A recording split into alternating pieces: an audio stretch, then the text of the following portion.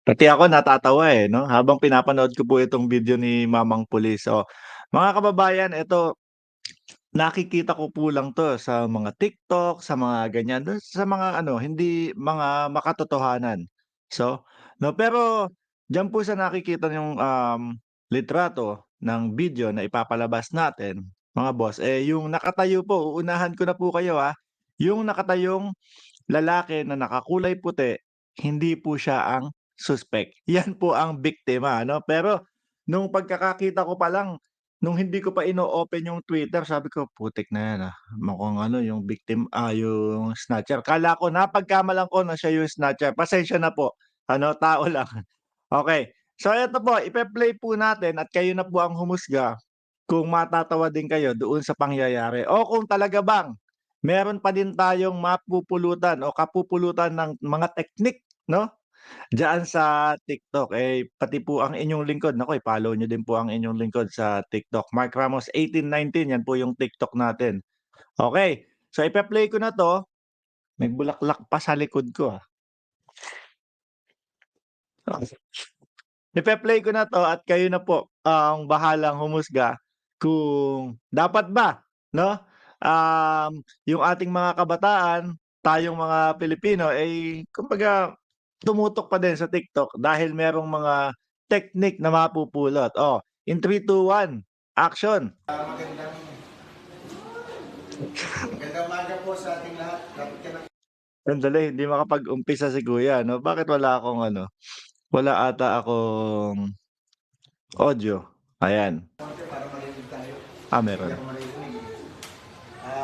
Police Colonel Jaime Santos po ng Las Piñas City Police Station. Magandang umaga po sa inyo. At nasa kaliwa ko naman po ang investigator po ng Station Investigation Division, si Police Staff Sergeant, Police PCMS Torion. At ito pong nasa Ngayon, kaliwa ko ay dit hindi po suspect ito. Yun, buti buti pinaliwanag agad ni Manong Pulis ano, na yung nasa kaliwa ko po, hindi po siya yung suspect. Kasi yung pagkakaitsura pa lang nila, akala ko talaga siya yung suspect. Pero uulitin po natin, hindi po siya yung suspect, okey? Po ay, hindi po, Mark Russell Zapata, ang pangalan po niya. Kapangalan pa natin. Anong oras ba nangyari yun? Mga 7. Saan nangyari? Sa may sa Cote sa may Tulipun. Alabang sa Cote Road, sa Tulay, Barangay. Okay. Kanina pong alas 7 ng umaga, dito po sa may Alabang sa Cote Road. Oo. Ito pong si Mark, ito pong si Mark ay na-snatchan na Talagang si Mark, ang daming naghahanap kay Mark, pati po dun sa mga Facebook ang dami, "Mark, umuwi ka na, hindi na ako galit, hinahanap na kita, Mark." cellphone. Lapit ka dito. Para makita ka. Halika dito. Halika dito. Ito pong si Mark ay na-snatchan ng cellphone. Okey. Pagka-snatch po ng cellphone niya na Oppo na nagkakahalagang 10,000 pesos, siya po ay nakipampuno sa snatcher na may daladalang motor. Matapang si Mark, kapagka yung sa iba po, 'no, mga kababayan, kapagka alam niyo naman pong alanganin kayo, 'wag na kayong makipagbuno. Eto naman si Mark, nakikita naman po natin na may kapasidad, 'no, na labanan yung gumawa ng masama o gumawa ng krimen sa kanya. Pero po para dun sa mga matatanda, mga bata, kapagka ganyan po yung sitwasyon at alam niyong delikado at merong matalas na dala o merong baril na dala yung snatcher o yung motor o kung ano bang tawag dun sa mga damuho na yan, 'wag niyo na pong labanan, iabot niyo na lang, mga bossing, chief, amo, sir, kapag hindi niyo kaya. Pero kapagka nakita niyo naman po na, yakang-yaka ko 'to, o sige banatan niyo, oh. Nung naagaw po ang cellphone niya, tumakbo po Kape. yung tumakbo po yung snatcher. Abang naagaw naman niya Si mamang pulis, gusto niyang ibalita ng maayos, 'no? Kaya naman talagang hindi niya maiwasan na ano, matawa. Balikan natin konti. sa snatcher na may daladalang motor. Okey. Nung naagaw po ang cellphone niya,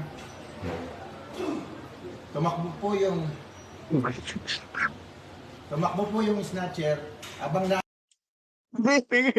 Pinipigilan niya yung pagtawa niya, eh, o tumakbo yung snatcher. Mga loko-loko. Siguro yung snatcher, eh, nakita din sa TikTok 'no, "Oh, eto dapat ang gawin ko kapagka hablot ko ng cellphone, tumakbo na lang ako, iwan ko na yung motor ko." agaw naman Oh, niya yung susi at tinakbo naman niya yung motor ng snatcher. Yan po ang problema ngayon. ang problema tuloy yung mama mo. Pero, eh, ang akala natin mga kababayan, sandali nakakakala natin yung mga ganitong mga katangahan ng snatcher, eh, yung mga scripted lang sa mga TikTok, gawa-gawa lang nila. Kumbaga pampa-good vibes at pangpatawa lang ano. Yung pala nangyayari pala sa totoong buhay. Siguro makakaltukan pa 'tong snatcher na 'to, eh, sa katangahan, eh. O tuloy. Tinatapak namin ngayon kung paano po ito. Napakapambihirang kaso po nito dahil ito po ay nangyayari lamang sa TikTok. O tama, Nanonood ka ba ng TikTok? Nanonood daw siya ng TikTok. panigurado Kaya 'yan. napanood niya sa TikTok po yung ganitong klase kung paano pumounter sa snatcher. Pagka-snatch po ng cellphone niya, nakipagbuno siya, nakuha naman niya yung susi. Nung nakuha niya yung susi, Parehas na parehas sa TikTok ano mga kababayan, yung mga pinapalabas sa TikTok na biglang haharang sa'yo o tatapat sa'yo yung motorsiklo, bababa yung isa tapos aagawin yung bag o yung cellphone tapos naman, um, aagawin naman nung biktima yung kanilang motor at itatakbo. So, parehas sa parehas, oh. tumakbo yung snatcher, dala yung cellphone niya. Samantalang siya, sinakyan naman niya yung motor, tinakbo naman niya yung Oh, motor good niya. job. Kaya nandito po siya ngayon, nagrereklamo po siya. Dahil yung cellphone niya, tinakbo ng snatcher. Puwede swap na lang, mas malaki naman yung nakuha mo kaya lang siyempre yung mga rehistro at saka isa pa, baka yung motor din, eh, alam niyo po yung mga ganyang mga tao gumagamit po sila nung mga nakaw na gamit, eh, para hindi sila ma-identify. So, karamihan sa kanila ang ginagawa po nila, eh, manghahablot ng motor 'no, motornap o kung ano man tawag diyan at tapos yun yung gagamitin nila pangkrimen. Kaya kawawa din po yung mga nahahablutan ng mga motor kasi napagbibintangan sila na sila yung gumagawa lalo na 'pag naplakahan. Oh, swap na lang, sa'yo na yung motor, kanila na yung ano, yung cellphone mo, mas mahal naman yung motor, eh, kung kanila yung motor ano? Tapos siya naman yung motor, nung snatcher, tinakbo niya dito.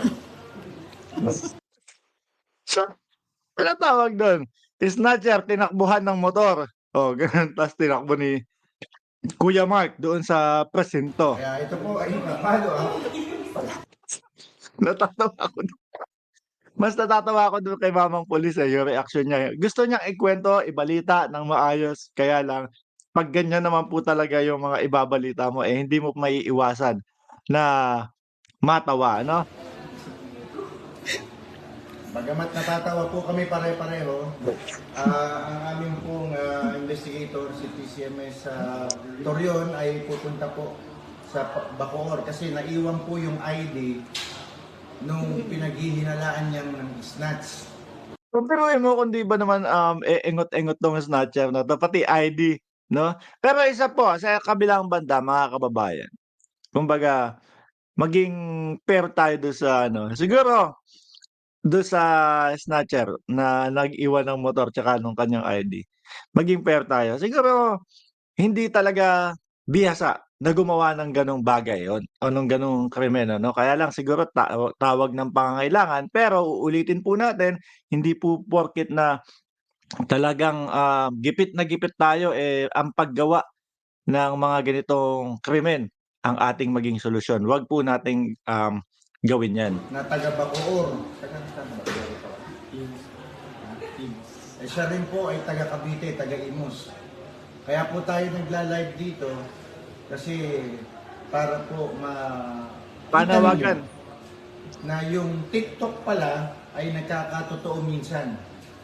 Pagkatapos siyang isnatsan, kinuha naman niya yung motor.